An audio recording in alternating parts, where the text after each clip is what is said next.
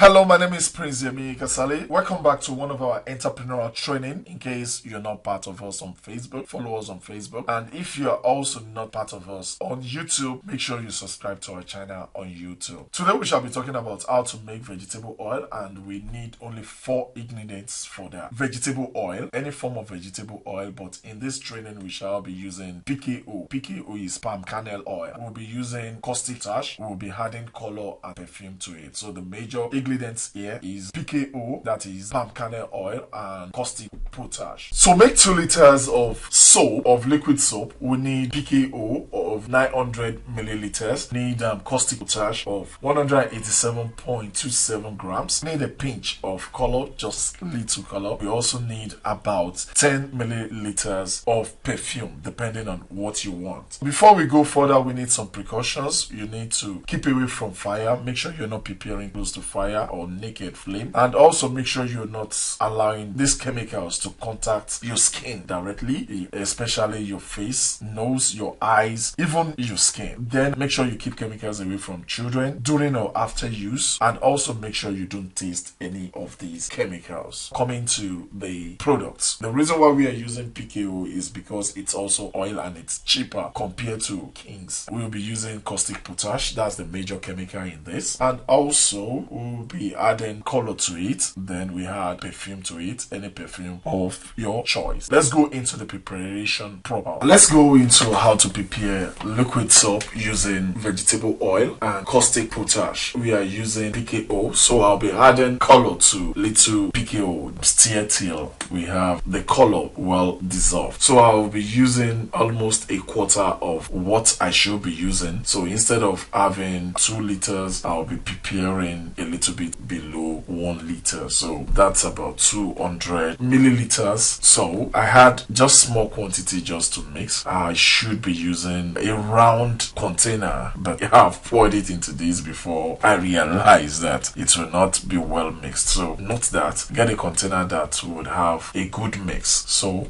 after doing that, you add the whole vegetable oil into it. I still added some, mixed again before adding the remaining so that it can get properly mixed. So I'm pouring the rest of the oil into it to still have the color well dissolved in it. So I keep stirring till I have at least something very reasonable. So I keep stirring till I have a better solution. I think it's getting a little bit better, although we still have some little sediment below, but it's a little bit better now. Then we want to add little water into the caustic potash so as to dissolve the caustic potash also in water. So I'm trying to add about 300 milliliters of water into the caustic potash I'll be using, so as to have good production. I shouldn't be using this kind of container. I should use a container that I can stir the solution inside properly. As I'm stirring, I'm having some flames, and also the solution is warm already, so you need to be very careful when doing this. Take your nose much away from this, and if you look at the solution, it's a little bit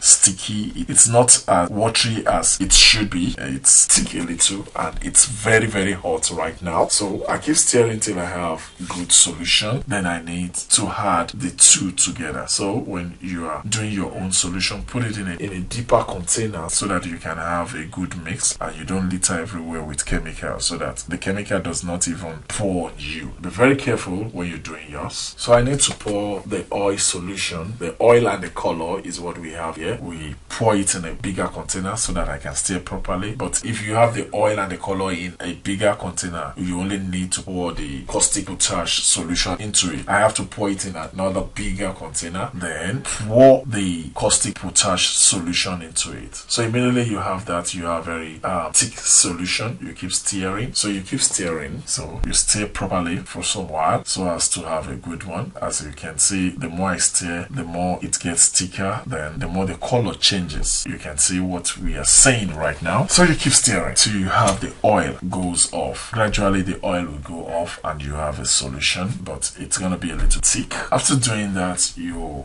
add your perfume to it. Then after adding perfume, you add water into it to your taste. Remember, we are trying to pick them about a liter. So that's all about your soap. Make sure you leave it for 48 hours before you use. And make sure you do the calculations very well so that it doesn't get too watery and at the same time it doesn't get too thick. I also want you to understand that this particular system of making liquid soap, it's usually used at home. That means you use it for home use most of the time. When it comes to commercial purpose, it might not be as lucrative as the other means of creating liquid soap. This is just an inverse of the normal soda soap. But the difference is this: if you are to do soda soap, you have to use caustic soda. But if you want to make it, if you want to use it at home in a liquid form, you use caustic potash. So when you use caustic soda with vegetable oil or PKO, you have what we know as soda. But when you are using caustic potash